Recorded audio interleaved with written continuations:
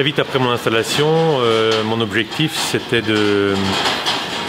d'être autonome dans mes décisions, autonome dans la partie élevage aussi, et vraiment plus précisément sur l'alimentation, et pour reprendre un peu la main sur les décisions et être plus proche des orientations futures de l'exploitation.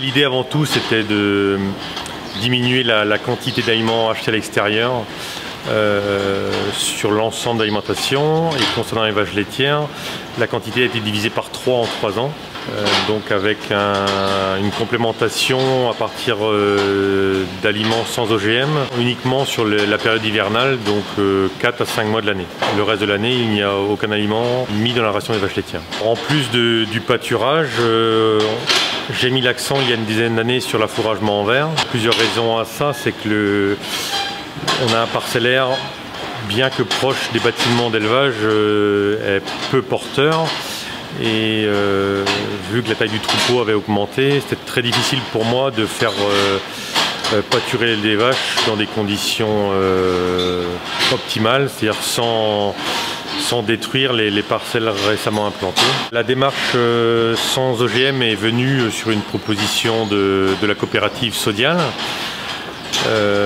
Pour moi, il n'y a eu aucun changement si ce n'est la certification sans OGM, puisque nous étions déjà dans une démarche de faible consommation. Et ça correspondait complètement avec la rénovation de la salle de traite et l'achat d'un logiciel de gestion de troupeau qui a été fait il y a 2 ans. Et qui a permis d'appréhender beaucoup mieux le troupeau et d'avoir un suivi au plus près, sans accompagnement extérieur. C'est un logiciel très facile à utiliser. On passe sur l'ordi 2 fois par jour, une fois le matin, une fois le soir. Et dessus, tout est marqué. On a les vaches en chaleur, un indice santé des vaches qui varie en fonction de la rumination, du lait, et en fonction de ça, s'il y a une baisse dans un des deux, il nous la marque. Du coup, c'est très simple. Quand les vaches rentrent, elles sont détectées avec leur numéro de boucle.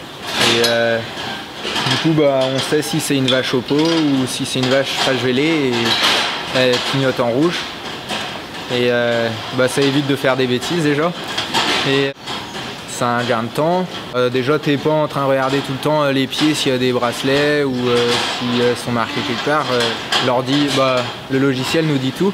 Ça donne un peu d'animation à la traite, je trouve, ouais. Puisqu'on a fait pendant 30 ans sans, mais je trouve que ça donne un peu d'agrément à la traite, et du coup on met, au lieu d'avoir des vaches qui défilent en grand nombre sans trop se préoccuper de quelle est la vache, les numéros en alerte reviennent régulièrement, ou la vache à mettre à l'écart parce qu'elle est en alerte pour inséminer, etc. et mettre dans le box de tri. Donc, tout ça donne un peu d'agrément à la traite, et on trouve le temps moins long, je trouve. Ouais.